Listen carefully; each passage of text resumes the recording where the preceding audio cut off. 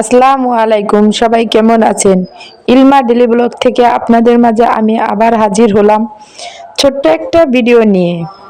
আজ আমরা দেশি মুরগ জব করব, খাজের পিঠা বানাবো, খাজের পিঠা দিয়ে খাওয়ার জন্য।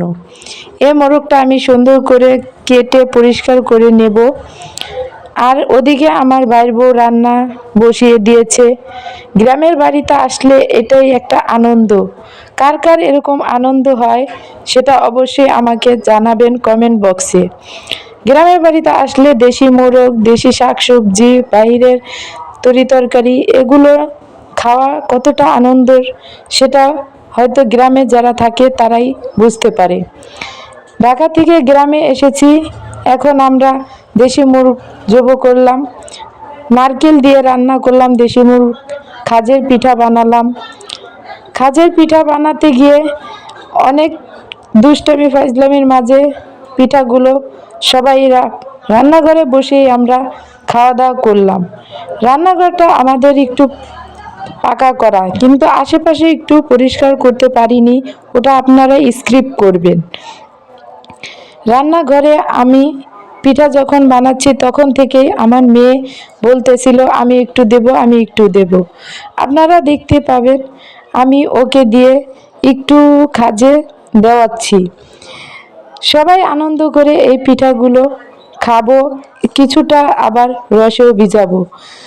আপনারা আমার পাশে থাকবেন আর পুরো ভিডিওটা স্কিপ না করে দেখবেন। আজ আপনাদের মাঝে কিছু কথা বলি।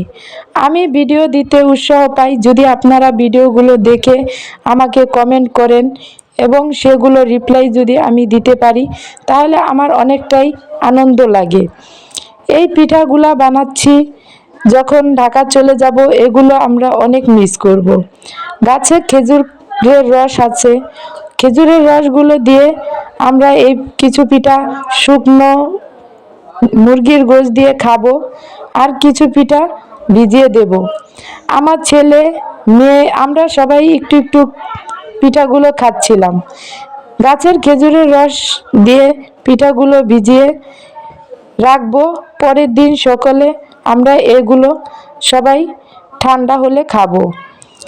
ভিডিওগুলো আমি আপনাদের মাঝে তুলে ধরার চেষ্টা করেছি যতটুকু পেরেছি।